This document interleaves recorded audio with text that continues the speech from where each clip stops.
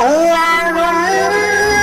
صل على سيدنا محمد وعلى آل سيدنا محمد صلاة تنجينا بها من جميع الأهوال والآفات وتقضي لنا بها جميع الحاجات وتطهرنا بها من جميع السيئات وترفعنا بها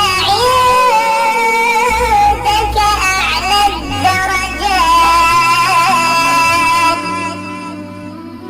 وتبلغنا بها أقصى الغايات من جميع الخيرات في الحياة وبعد الممات إنك مجيب الدعوات ورافع الدرجات